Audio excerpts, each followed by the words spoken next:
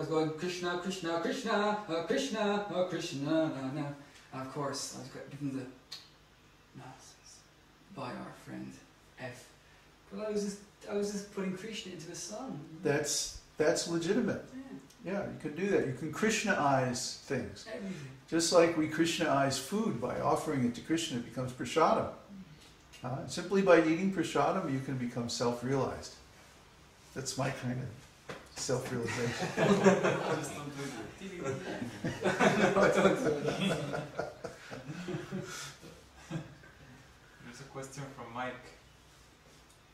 Approximately how many years will be required for each degree? Will there be a break between degrees required, or will one be able to start a new degree straight after finishing one? Good question. The study goes at the student's pace. Some people will be faster than others, of course. There will be a break because the academic part of the study will be followed by a practical phase of the study, where you apply the knowledge that you learned. And there will always be a relationship between the students and the faculty. So after you do the study, the academic study for a particular degree, then there'll be a practical phase, like an internship or a lab, where you go out and apply that knowledge, and then you give feedback of, how you're doing and stuff like that. And when it becomes obvious that you are actually able to apply the knowledge, then you get your certificate and you become eligible for the next level. And whether you choose to pursue it at that time or later is up to you. In other words, we don't have the same idea that you can go through like 12 years of school, and then high school, and then college, and the whole time you're in academics and you completely avoid the real world.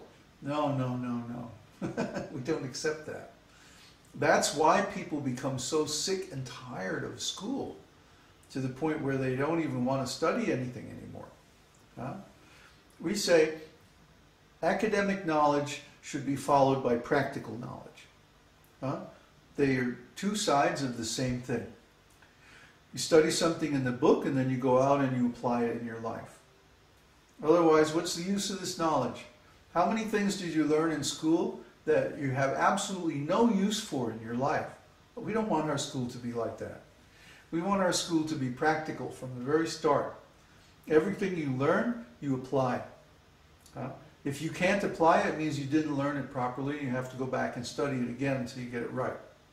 Right means you can successfully apply it in your life and get the tangible benefits from your education.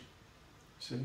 We don't agree with this idea of simply academic theory.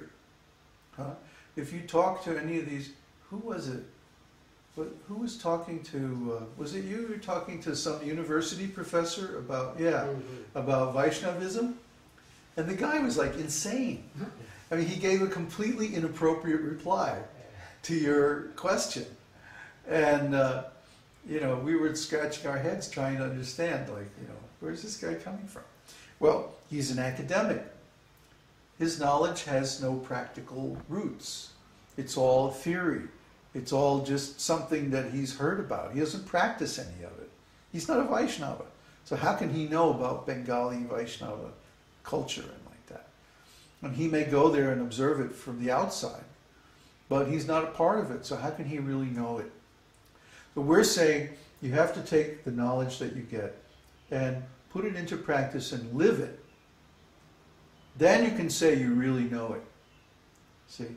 So ultimately, our type of education is going to be much more meaningful than the ordinary academic education. And this kind of degree will become sought after because the people who have the degrees can actually do the work. If somebody has a degree, a Vaishya Varna degree, from our educational institution, they'll actually be able to manage a business. That is the symptom. That's the lakshana of the Vaishya. The symptom of the Vaishya is that he's a successful businessman. Now, it's not really difficult to be a successful businessman. In Mexico, for example, we saw so many people who have just a little push cart, and they have a successful business. They buy from some supplier, they have their little cart, they go to the park on Sunday, and they sell to the people, and that's how they feed themselves and their family. It doesn't require, a corporation to have a successful business. Although if you have the capacity, yeah, you can also learn to manage a corporation by the same principles. The point is, you're not dependent, you're not economically dependent on some big corporation to make your living. You can take a little piece of land and raise some valuable herbs and go sell it, or make nice milk sweets and go to restaurants and sell them and have your own business. You don't require a job.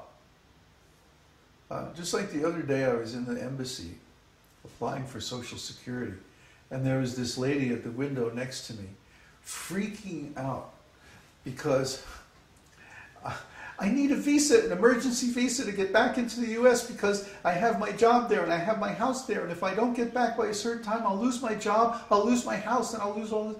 And I was thinking, like, poor lady, why did you think you need a job? Now you're so dependent on all these other things outside of you that if you don't get this and you don't get that, and if all this stuff isn't lined up just right, you're going to lose all your work and all this stuff. You're going to lose the right to pay the bank back for 30 years. Get a house. See? So she's stuck because she's dependent on the visa section of this faceless embassy that doesn't really care about her. She's dependent on the State Department and the government of the U.S. She's dependent on the company that she works for, and she's dependent on the bank that's giving her the loan for her house. She's dependent on all these organizations. Any wonder that she's suffering? I mean, of course she's going to suffer. She's completely in a dependent condition. She has no ability to be at cause over her own existence. The guy in Mexico with the push cart is much happier than she is. Because at least his destiny is in his own hands. If he sees that this stupid little plastic toy is selling better than this other one, he can buy more of those, and he can have, you see, he has some control. So the person who owns their own business, be it ever so simple, is in a much better condition than the person who is at the whim of these faceless organizations. This is what we're trying to teach people. Real Vaishya is always has his own business. I always had my own business. I was an independent contractor.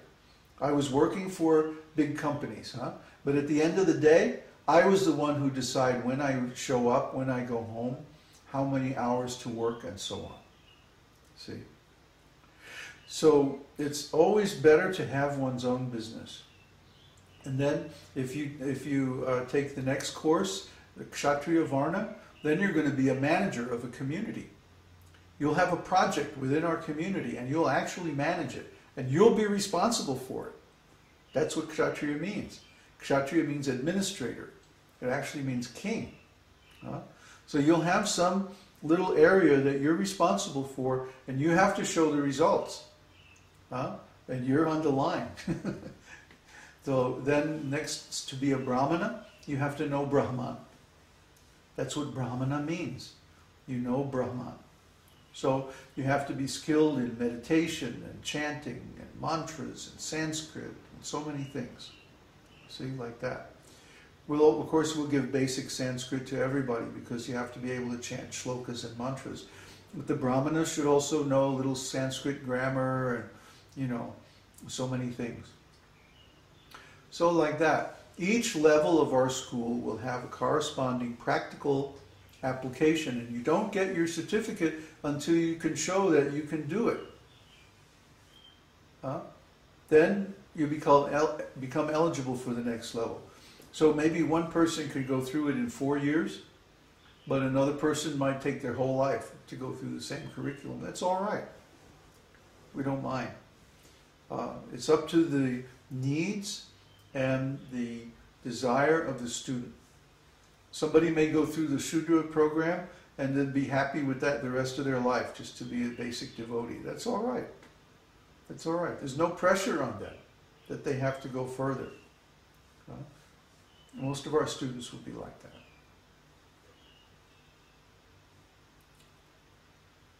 Okay? Is it possible for a Brahmana to be a terrible businessman? Like that? A Brahmana should be a talented businessman. A terrible. A terrible businessman? No. The Brahmana has to have minimal competence in all of the other Varna's occupations. Otherwise, he's just a useless geek. We don't want any useless geeks. Thank you very much. Huh? At least, he should have minimal competence in business, ability to manage a project.